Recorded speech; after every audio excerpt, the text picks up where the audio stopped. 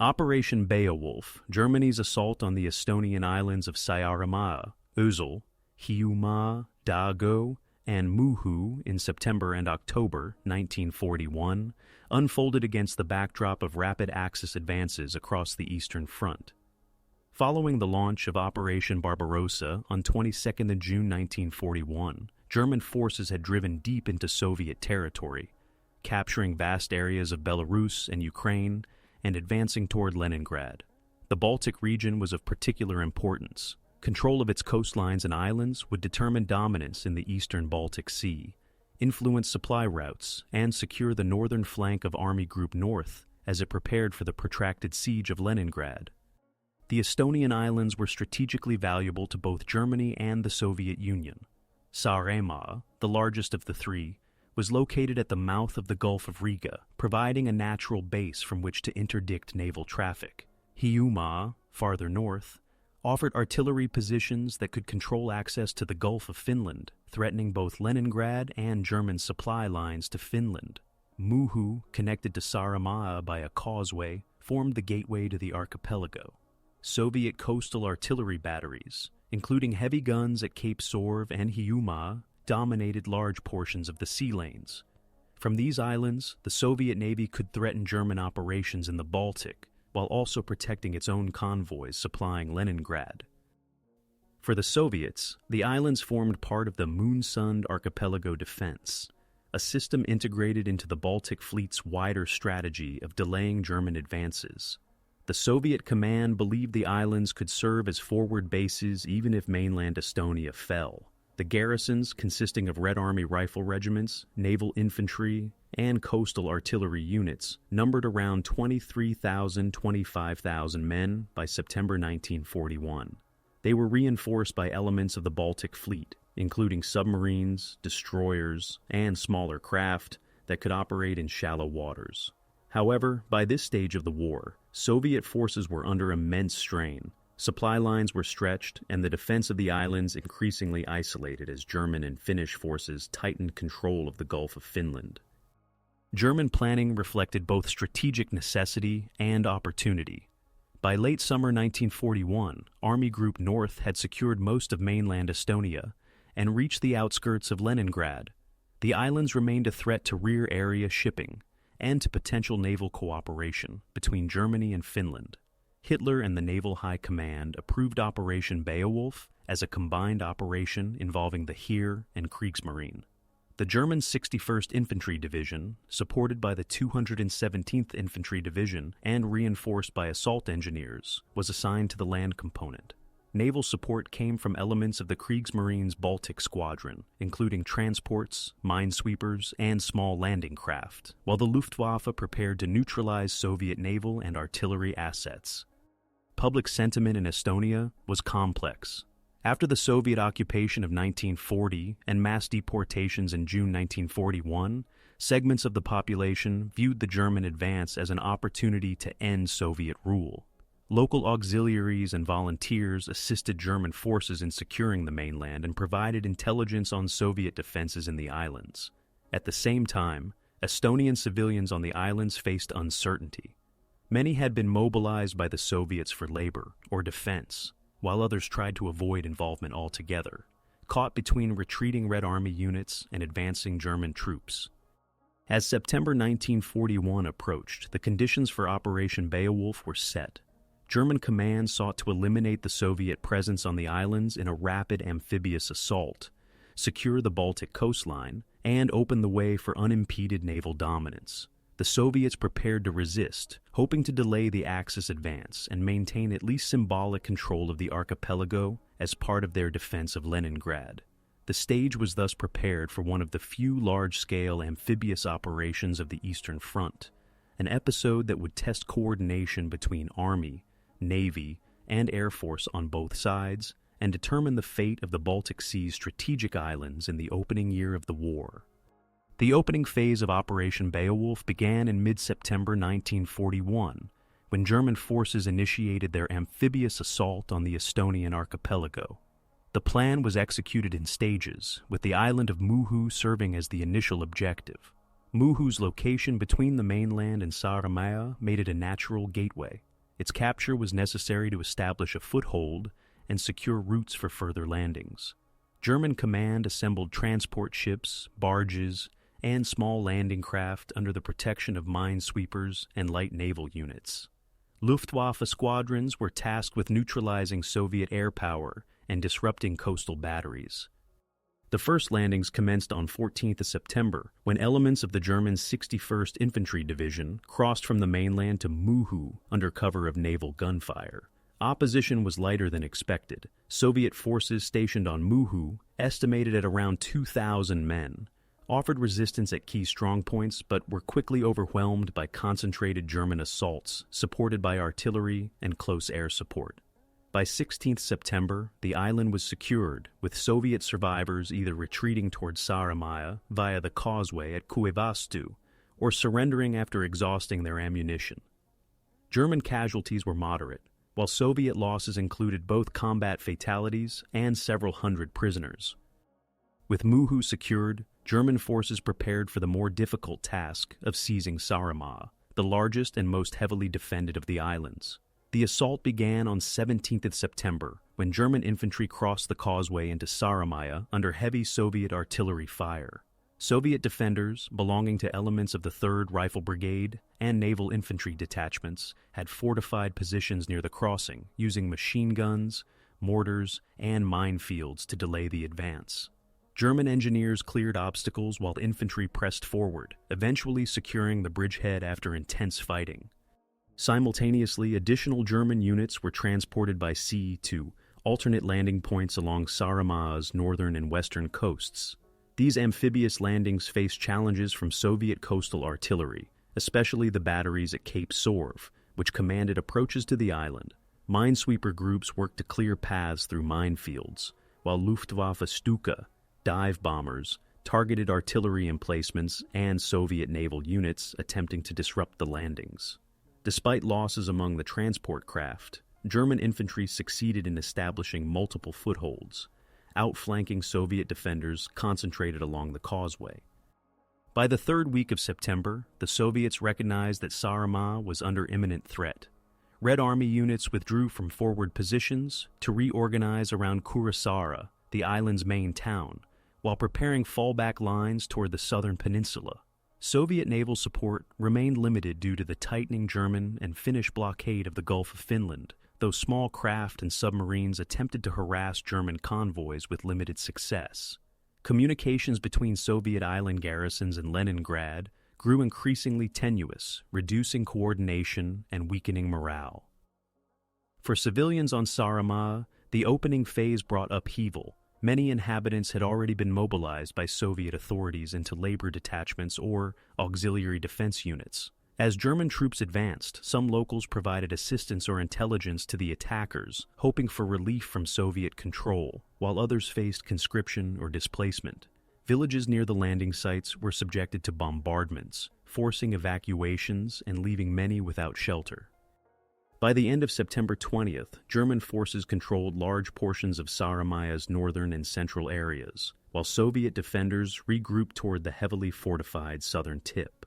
The rapid German gains in the opening phase of Operation Beowulf demonstrated the effectiveness of their combined arms coordination, Army, Navy, and Air Force operating in unison. Yet the campaign was far from over. The Soviets still held strong coastal batteries at Cape Sorve and on Hiiumaa, threatening German supply routes and prolonging the struggle for dominance in the Baltic archipelago. The strategic goals and planning of Operation Beowulf reflected both the urgency and complexity of securing the Baltic region in the autumn of 1941. For the German command, the islands of Muhu, Saaremaa, and Hiiumaa were not secondary objectives but integral to the success of Army Group North and the Kriegsmarine in the eastern Baltic.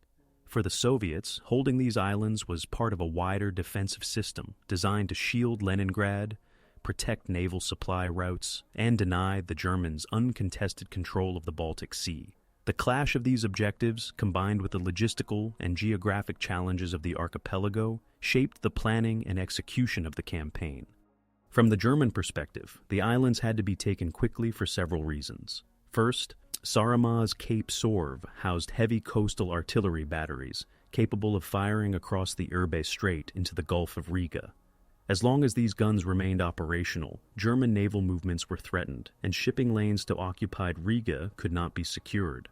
Second, Hiiuma's positions at Cape Takuna and Cape Kopu controlled approaches to the Gulf of Finland, creating a threat to sea routes that linked German and Finnish forces. Third, the islands could be used by the Soviet Baltic Fleet as forward bases for submarines and torpedo boats, which had already conducted attacks against German shipping. Eliminating these threats would secure the maritime flank of Army Group North and support the ongoing siege of Leningrad. To carry out the assault, German planners divided the operation into stages. The 61st Infantry Division, reinforced with artillery and engineers, was the main strike force.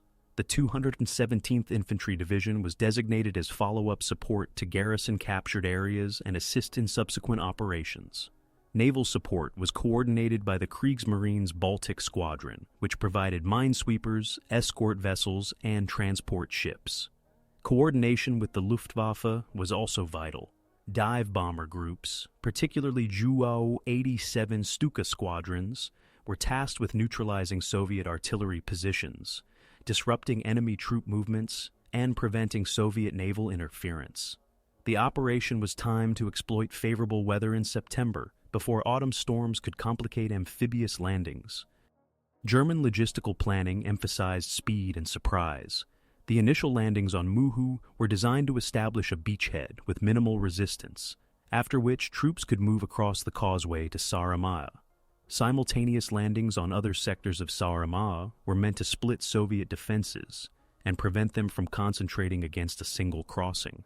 Once Saaremaa was secured, operations would shift to Hiiumaa, which was expected to be heavily defended. German naval units prepared to transport men and materiel across shallow waters, while engineers stockpiled bridging equipment and pontoons. The rapid reduction of Soviet coastal batteries was considered essential. Delays would expose supply convoys to unacceptable risks. For the Soviets, the strategic importance of the islands was equally clear. After the loss of mainland Estonia in August 1941, the Moonsund Archipelago became the last Soviet-controlled territory in the Baltic region outside Leningrad. The garrison, numbering around 23,000–25,000 men, was composed of Red Army rifle brigades, naval infantry detachments, and coastal artillery units. The most formidable defenses were the heavy guns at Cape Sorve on Saaremaa and at Kopu, and Takuna on Hiiumaa, which could engage targets far out at sea. These positions were integrated into the Baltic Fleet's defensive network, which also included submarines and surface vessels operating from Kronstadt and other bases farther east. Soviet planning for the defense prioritized delaying the German advance rather than outright prevention. Supplies and reinforcements were already difficult to deliver due to German naval superiority and the Finnish blockade across the Gulf of Finland. Nevertheless, Soviet commanders were ordered to hold the islands as long as possible, both to tie down German forces and to maintain artillery pressure on Axis shipping. The defense of the archipelago was also intended to buy time for the besieged city of Leningrad by forcing the Germans to commit men and materiel away from the main front. Soviet propaganda emphasized the determination of defenders to resist at all costs, portraying the islands as a fortress line, protecting the approaches to Leningrad. Both sides faced significant miscalculations. German intelligence underestimated the strength of Soviet coastal artillery and the determination of the garrisons. Early reports suggested the islands could be taken within days, but the strong defenses at Cape Sorve and on Hiiumaa extended the campaign well into October. On the Soviet side, planners overestimated the Baltic Fleet's ability to intervene decisively. The fleet was constrained by German minefields, Finnish control of key sea lanes, and constant Luftwaffe attacks, limiting its ability to reinforce or evacuate the garrisons. The contrasting doctrines of the two sides shaped their conduct. German doctrine emphasized combined arms coordination, with close integration of land, sea, and air forces to achieve rapid results. The Soviets, lacking such flexibility, relied on fixed defenses, coastal batteries, and the willingness of their troops to resist superior forces. Civilians on the islands, caught between the two armies, were largely excluded from planning, but their lives were directly affected by these strategies, as mobilization, evacuation, and destruction of infrastructure accompanied military operations. By late September 1941, the strategic goals of both sides were clearly set. For the Germans, swift elimination of the Soviet island bases to secure the Baltic. For the Soviets, determined defense to delay German advances and protect Leningrad. The stage was thus prepared for prolonged and costly fighting in a geographically confined but strategically vital theater.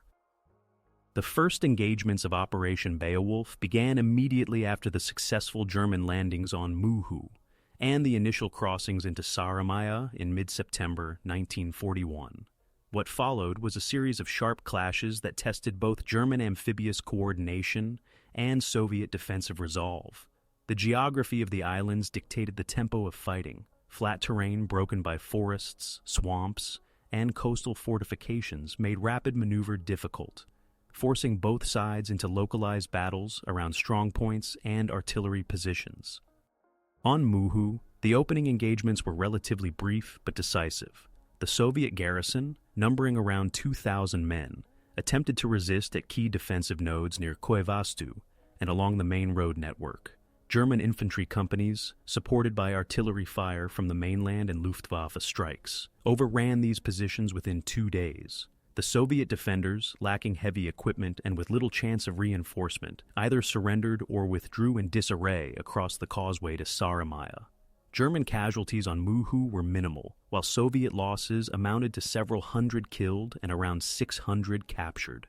The speed of this victory gave the Germans a firm staging ground for their next move.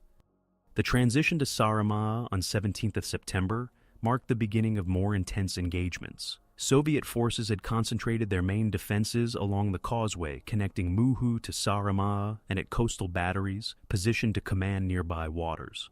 German assault engineers faced minefields, entrenched positions, and artillery fire as they pushed across. Despite heavy resistance, the Germans succeeded in establishing a bridgehead after several hours of fighting. Soviet counterattacks by naval infantry units briefly threatened to dislodge them, but German reserves quickly reinforced the position. By 18th of September, the causeway was fully in German hands. Simultaneous amphibious landings on Saaremaa's northern and western coasts forced the Soviets to stretch their defenses. German landing craft, escorted by minesweepers, delivered infantry units at several beaches, including near Orisare and Tagalat. Resistance varied. Some Soviet detachments defended stubbornly with machine guns and mortars, while others withdrew inland to avoid encirclement. Luftwaffe Stukas bombed Soviet positions at Kuressaare, disrupting defensive lines and damaging communications. The combination of landings and the causeway assault placed the Soviet garrison under immediate pressure from multiple directions. The first major engagements on Saaremaa centered on the approaches to Kuressaare, the island's administrative center. Soviet units of the 3rd Rifle Brigade attempted to establish a defensive perimeter, using the town's outskirts as strong points. Fighting through forests and marshes slowed the German advance, and several skirmishes turned into close-quarters battles. German artillery and mortars gradually reduced the Soviet positions, while engineers cleared minefields along the main roads. By 20th September, Kuressaare was encircled. After heavy shelling, Soviet troops withdrew southward, abandoning the town to avoid being trapped. German units entered Kuressaare largely intact, but the Soviet retreat ensured that the campaign would continue into the southern peninsula. Meanwhile, the Soviet Baltic fleet attempted to intervene. Destroyers and smaller craft shelled German positions along the coast, while submarines tried to disrupt German supply lines. However, the presence of German and Finnish minefields severely limited Soviet naval mobility. Luftwaffe attacks from bases in Latvia struck Soviet ships attempting to approach Saaremaa, sinking several smaller vessels. These setbacks forced the fleet to adopt a defensive posture, reducing its ability to influence the ground battle. Civilian populations encountered the violence of war directly during these first engagements. Villages along Saaremaa's northern and western shores were evacuated or destroyed as fighting swept through. German authorities sought cooperation from locals, some of whom provided guides and intelligence on Soviet positions. Others remained wary, recalling the harsh German occupation during the First World War, and uncertain of what a new regime would bring. Soviet authorities, prior to withdrawal, had mobilized civilians for fortification work, leaving many exposed to bombardments and caught between two advancing armies. By the end of September's first week of fighting, German forces controlled Muhu and much of northern and central Saaremaa.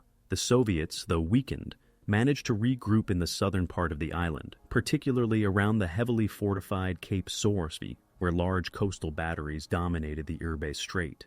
The failure of the initial engagements to eliminate these batteries outright meant that German naval operations in the Gulf of Riga remained vulnerable. This forced the Germans to prepare for prolonged assaults against entrenched Soviet positions, setting the stage for the escalation of the campaign in the weeks that followed.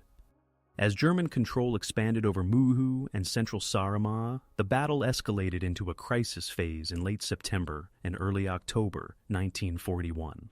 What had begun with rapid amphibious landings now transformed into a grinding contest for the southern peninsula of Saaremaa and, ultimately, for the fortified positions at Cape Sorve. The Soviet garrison, though weakened by losses and cut off from effective naval support, reorganized to defend this last redoubt, while the Germans concentrated their infantry, artillery, and air power to reduce it.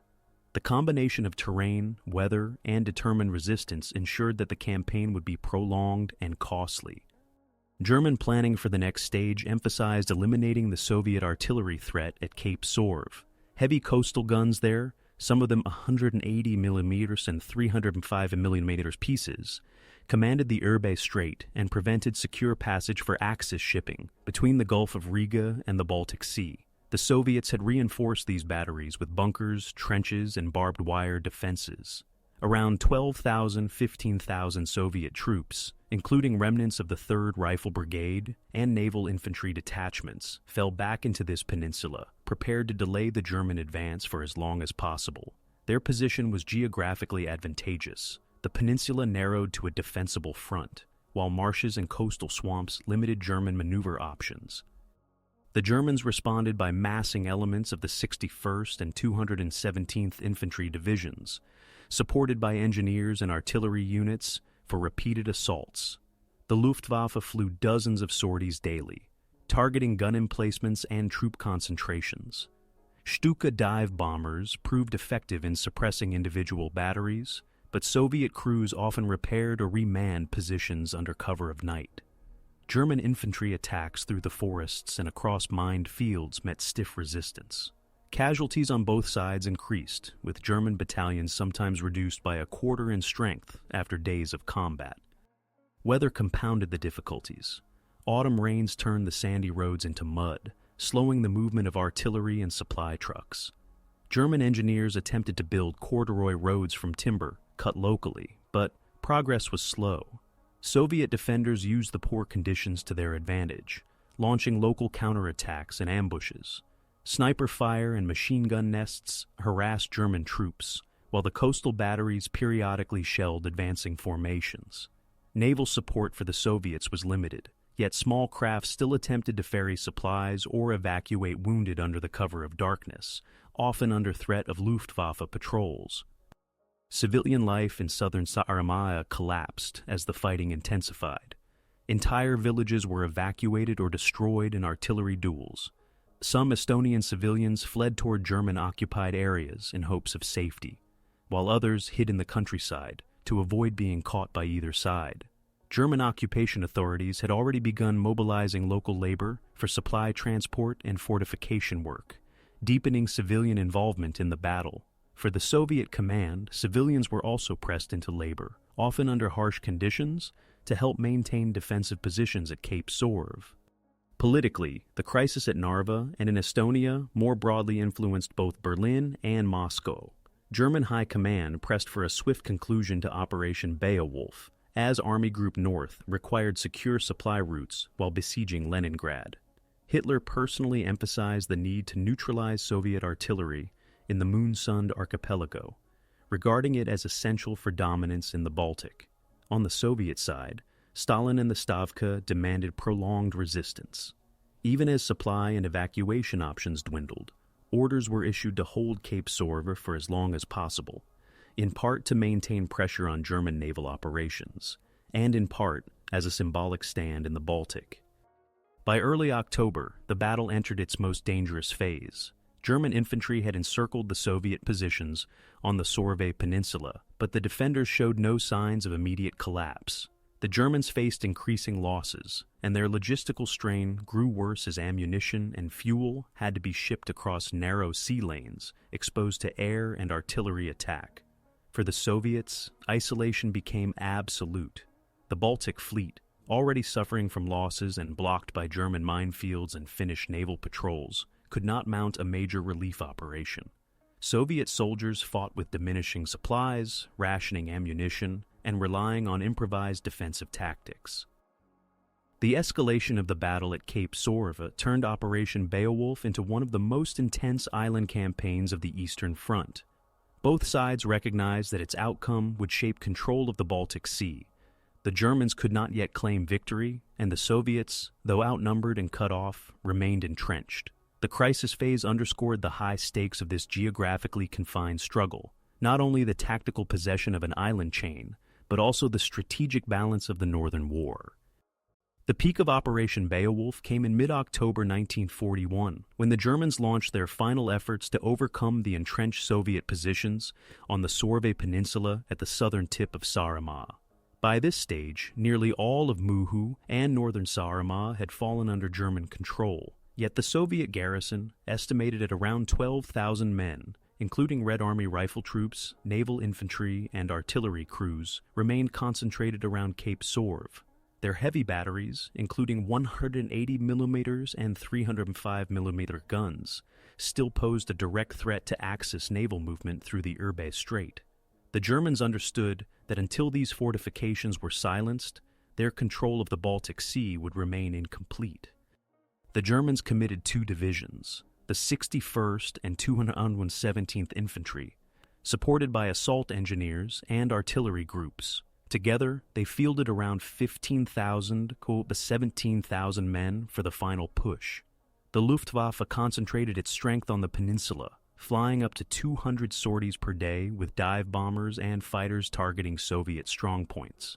German naval units provided logistical support, escorting convoys and attempting limited bombardment from offshore, though they remained wary of Soviet coastal batteries. The Soviet defenders, meanwhile, dug in deeper. Trenches, bunkers, and barbed wire fortified the narrow land corridor leading into the Cape, and every kilometer was contested. The decisive battles began on 8th October, when German infantry advanced along the main approaches under covering fire.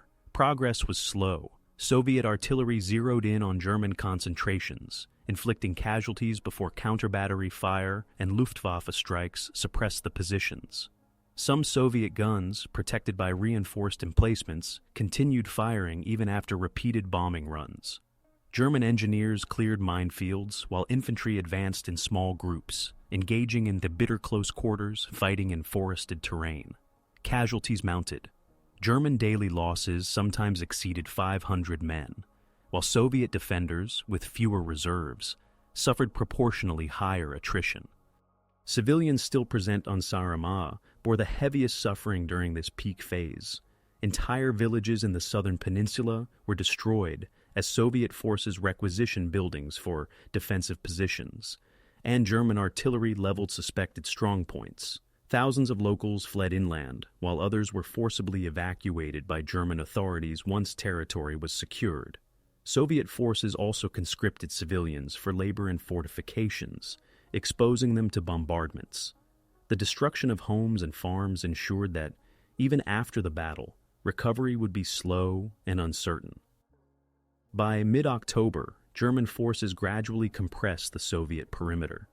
The Luftwaffe's sustained campaign disabled several of the largest batteries, though many Soviet guns continued to fire sporadically until overrun.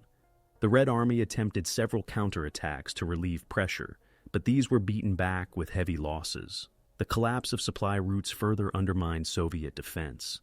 Ammunition and food were dwindling, and the Baltic Fleet, blocked by minefields and under constant German-Finnish aerial surveillance, was unable to deliver relief. The climax came around 17 to 20 October. German battalions stormed the remaining fortifications on the tip of Cape Sorve, engaging in hand-to-hand combat in trenches and bunkers. The fighting was intense and chaotic, with Soviet defenders refusing to surrender until overwhelmed.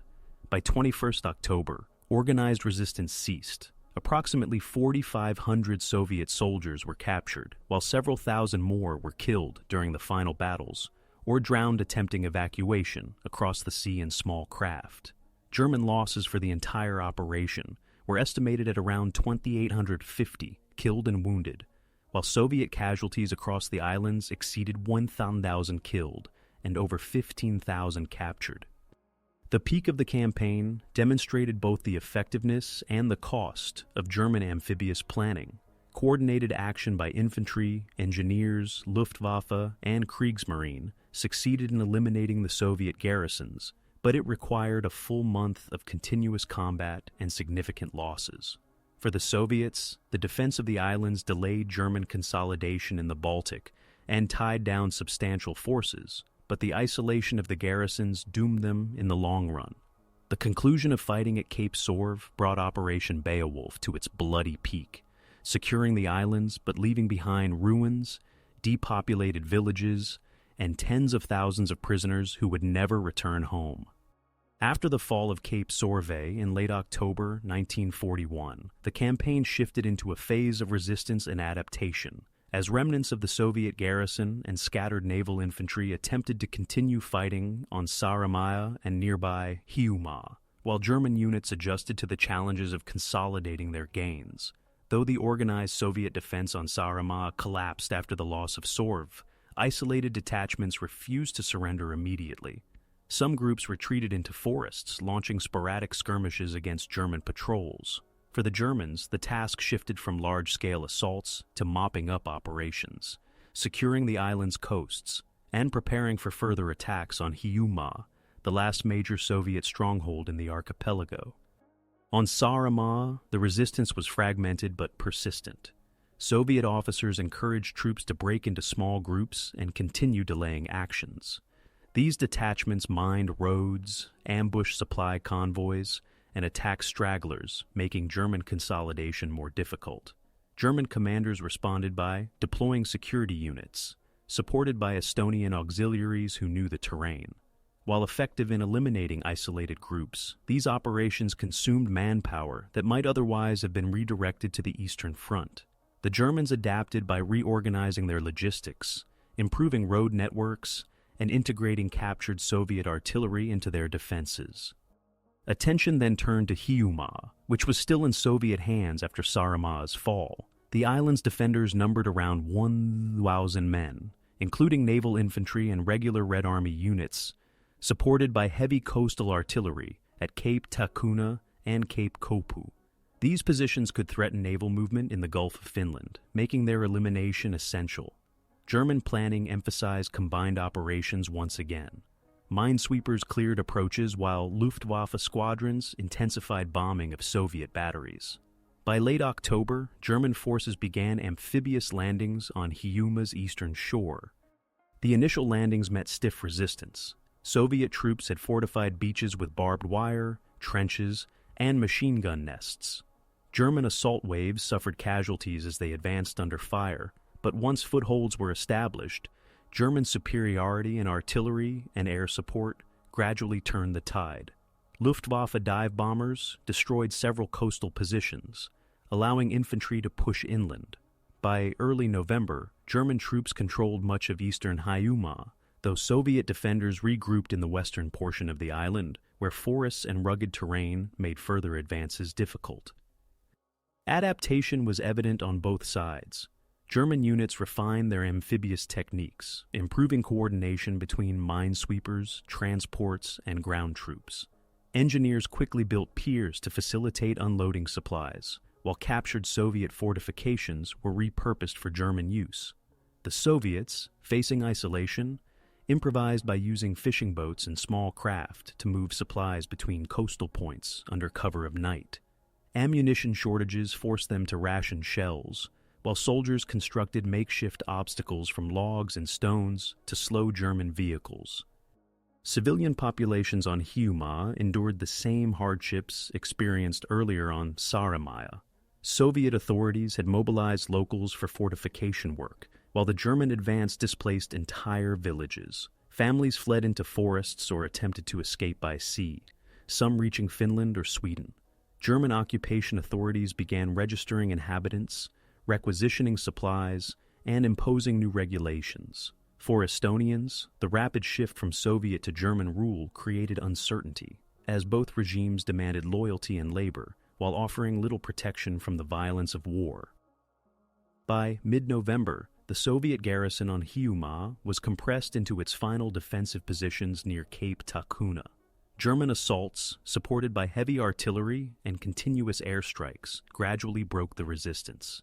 Thousands of Soviet soldiers were captured, while others attempted desperate evacuations across the Baltic in small boats, many perishing in storms or under German fire. The campaign officially ended by 4th of November 1941, when organized Soviet resistance ceased. This phase of resistance and adaptation revealed the endurance of Soviet troops even in hopeless circumstances, as well as the German capacity to adjust their tactics for amphibious and island warfare. It also illustrated the strain placed on both armies. The Soviets, isolated and undersupplied, fought to delay inevitable defeat. The Germans, though victorious, expended time and resources that could have been employed elsewhere on the Eastern Front. The experience gained in coordinating Army, Navy, and Air Force operations was valuable for German commanders, but it came at a high cost in casualties and material. For the local civilian population, the transition marked not liberation, but another change in occupation, bringing new hardships and uncertainties as the wider war continued to engulf the Baltic. The turning point of Operation Beowulf came with the collapse of Soviet resistance on Hiiumaa in early November 1941.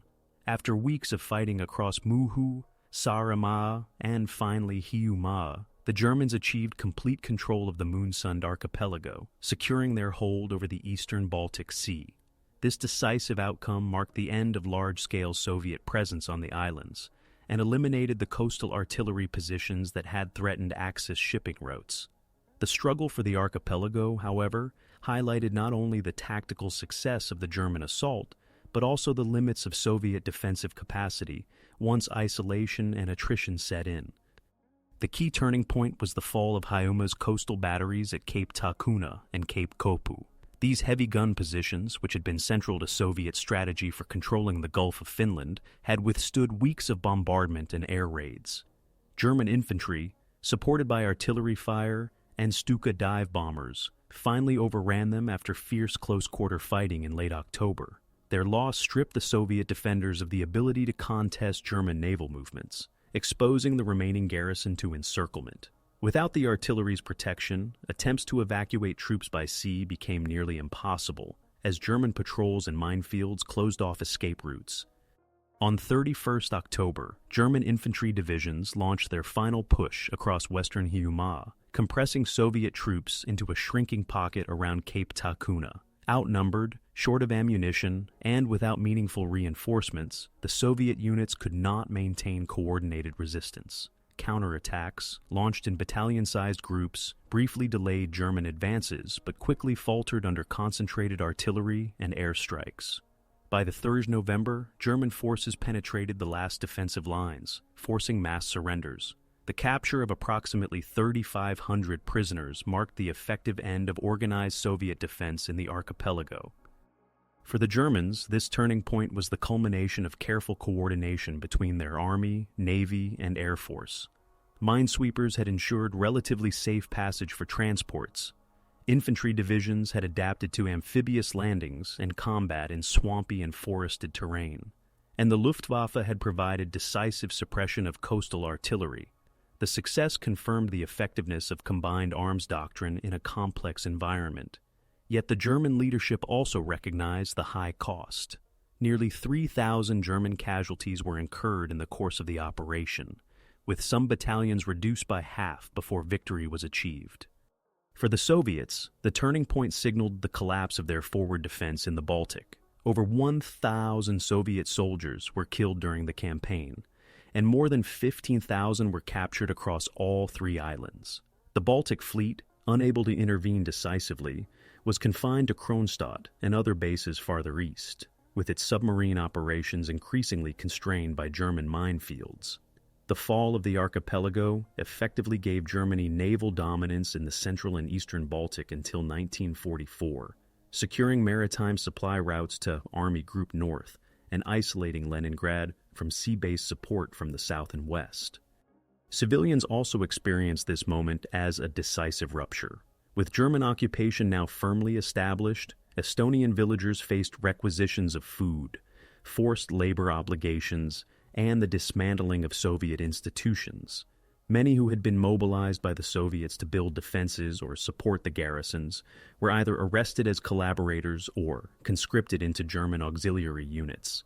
Others attempted to remain inconspicuous, surviving in rural areas as the tides of war shifted. The sudden end of combat left behind devastated villages, destroyed infrastructure, and thousands of displaced families. Politically, the turning point underscored the vulnerability of the Soviet position in the Baltic during 1941. The loss of the Moonsund archipelago not only deprived the USSR of vital defensive positions, but also symbolized the collapse of its control over Estonia, which had only been annexed the previous year. For Germany, the capture of the islands was reported as a strategic triumph, reinforcing claims of unbroken success during the early months of Operation Barbarossa. For local Estonians, however, it represented the replacement of one occupying power with another, neither of which offered genuine autonomy. By early November, with Hiiumaa secured and the last Soviet strongholds eliminated, Operation Beowulf reached its decisive turning point. The Germans now controlled the entire chain of islands, gaining secure shipping lanes and a firm base of operations in the Baltic. For the Soviets, the campaign's conclusion meant the end of their ability to contest German dominance at sea in this sector, leaving the defense of Leningrad to rely solely on land and limited naval resources farther east. The fall of the Moonsund archipelago thus shifted the balance of power in the Baltic and marked a definitive stage in the wider struggle for control of the region during 1941. The aftermath of Operation Beowulf unfolded in November 1941 as the fighting on Hiiumaa came to an end and German forces consolidated their hold over the entire Moonsund archipelago. For the German military, the campaign represented the successful completion of a strategically vital mission: securing the Baltic Sea, eliminating Soviet artillery bases that had threatened Axis naval routes, and freeing resources for the siege of Leningrad. For the Soviets, it marked the destruction of one of their last forward positions in the Western Baltic, with severe losses in men and material. For civilians, it meant a sudden transition from Soviet to German occupation, accompanied by dislocation, destruction, and new hardships. German forces immediately moved to reorganize the archipelago. Garrison units were established on Saaremaa, Muhu, and Hiiumaa to secure ports, airfields, and coastal batteries. Engineers salvaged usable Soviet artillery pieces, many of which were redeployed for German coastal defense. Minesweeper groups and naval patrols cleared sea lanes of residual Soviet mines, opening secure routes through the Ürbe Strait into the Gulf of Riga.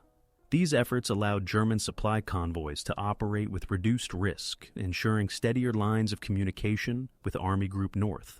The Luftwaffe also used captured airfields to extend its operational range over the Gulf of Finland and northern Baltic, reinforcing German naval dominance in the region. The Soviet side faced devastating consequences. Of the estimated 25,000 men stationed on the islands, more than 1,000 were killed and at least 15,000 captured. Only small numbers managed evacuation by sea to Leningrad or the Finnish coast, often in improvised craft.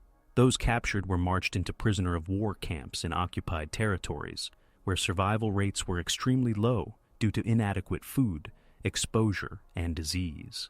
The loss of the Moonsund archipelago removed a key defensive element of the Baltic Fleet's operational network. Soviet submarines and destroyers were now confined largely to Kronstadt and other bases closer to Leningrad, operating under increasingly restrictive conditions imposed by German-Finnish mine barriers and Luftwaffe patrols. For civilians, the immediate aftermath meant devastation. Saaremaa's southern peninsula, particularly around Cape Sorve, was left in ruins. Villages had been destroyed in artillery duels, farmland was littered with unexploded ordnance, and homes had been requisitioned or burned during the fighting. Many Estonian families fled westward with German forces or attempted escape across the Baltic, joining the growing stream of wartime refugees. Others remained and found themselves under German military administration. Occupation policies included requisition of food and livestock, forced labor for reconstruction and fortification, and strict controls on movement. The Soviet system of mobilization and collectivization was dismantled, replaced by German regulations that prioritized resource extraction for the war effort. The psychological impact of the aftermath was profound. For German troops, the campaign was viewed as a tactical success, but at significant cost. Around 2,800, 3,000 casualties across all stages of the operation. For Soviet survivors, it represented another episode of isolation and attrition that characterized 1941, when encirclement battles repeatedly destroyed entire formations. For Estonian civilians, the change in rule offered no respite from occupation. The departure of Soviet authorities removed one regime, but replaced it with another, equally demanding and controlling. Internationally, the outcome of Operation Beowulf reinforced the perception of German supremacy in the Baltic theater during 1941. Reports emphasized the swift and coordinated nature of the operation, highlighting its amphibious complexity. For the Soviet Union, however, the loss had to be absorbed quietly. While Soviet propaganda emphasized the courage of defenders, official accounts minimized the scale of the defeat to maintain morale during the broader defense of Leningrad. By December 1941, the German grip over the Baltic Islands was firm. Patrols and garrisons ensured no organized Soviet presence remained, while the archipelago was integrated into the wider, defensive network of Army Group North. Yet the occupation was far from peaceful. Soviet partisans attempted to infiltrate the islands, sabotage German installations, and maintain contact with resistance movements on the mainland. German countermeasures were harsh, leading to reprisals and further civilian suffering. The immediate consequences of Operation Beowulf thus extended beyond the military outcome. While Germany secured its maritime flank, the Soviet Union lost a vital defensive outpost, and Estonia endured yet another shift in control. The devastation of towns and countryside, combined with the mass capture and deaths of Soviet troops, made the campaign one of the most consequential episodes in the Baltic theater of 1941. It was a victory that strengthened German strategic positions, but also illustrated the enormous human and material costs imposed on soldiers and civilians alike. The legacy of Operation Beowulf extended far beyond the autumn of 1941, shaping the strategic balance in the Baltic, the political trajectory of Estonia, and the historical debates that followed. Militarily, the German success in capturing Muhu, Saaremaa, and Hiiumaa secured the Baltic Sea for Axis operations. With Soviet artillery silenced at Cape Sorve and Hiiumaa, German convoys could move supplies to Army Group North with reduced risk, while the Kriegsmarine gained freedom to operate along the Estonian coast. The Luftwaffe established bases on the islands, extending air coverage over the Gulf of Finland and further isolating the Soviet Baltic Fleet. This consolidation directly supported the siege of Leningrad by ensuring the city could not be resupplied from the west via the Baltic. For the Soviet Union, the loss of the archipelago was a significant setback. The Baltic Fleet, already suffering from minefields and restricted sea lanes, was confined largely to Kronstadt and bases near Leningrad. The destruction or capture of the garrisons, numbering more than 23,000 men, weakened Soviet defensive depth and contributed to the perception of 1941 as a year of catastrophic defeats. Yet, in the long term, the campaign also reinforced Soviet resolve to hold Leningrad at all costs, knowing that without forward island bases, the city was exposed to siege. The eventual Soviet reoccupation of the islands in 1944 became part of the larger narrative of liberation, with defenders of 1941 remembered in Soviet historiography as examples of sacrifice against overwhelming odds.